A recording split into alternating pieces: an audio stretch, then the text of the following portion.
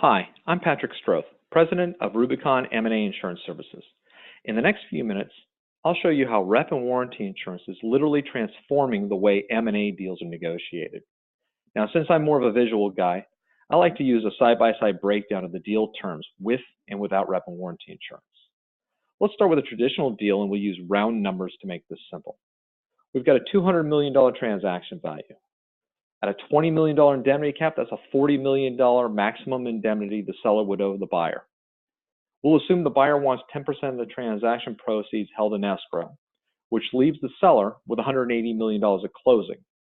Now, in a perfect world where nothing bad ever happens, the seller will collect the remaining $20 million from the escrow about 12 to 18 months after closing.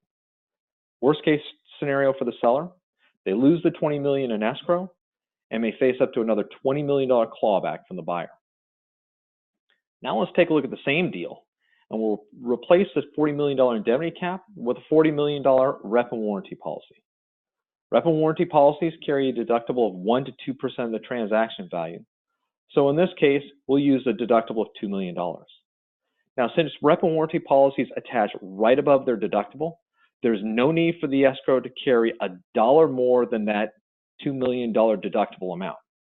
That's an $18 million reduction in the escrow, which goes right to the seller's pocket.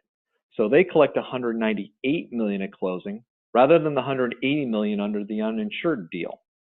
Not only does the seller collect more cash at closing, they know they'll be able to keep it all.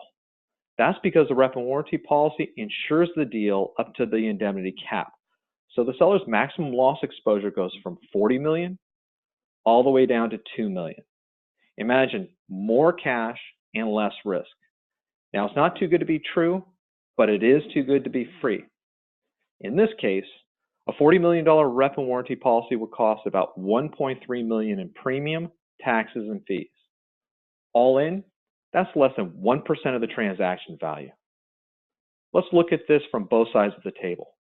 If you're a seller and you have a chance to collect more money at closing, and in addition to the extra cash, you get to reduce your risk to 1/20th what you'd otherwise face, why wouldn't you insist on using rep and warranty?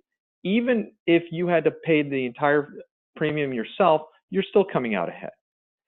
And if you're a buyer, for less than 1% of the total transaction value, you can make a no contingent offer that nets the seller more cash with less risk.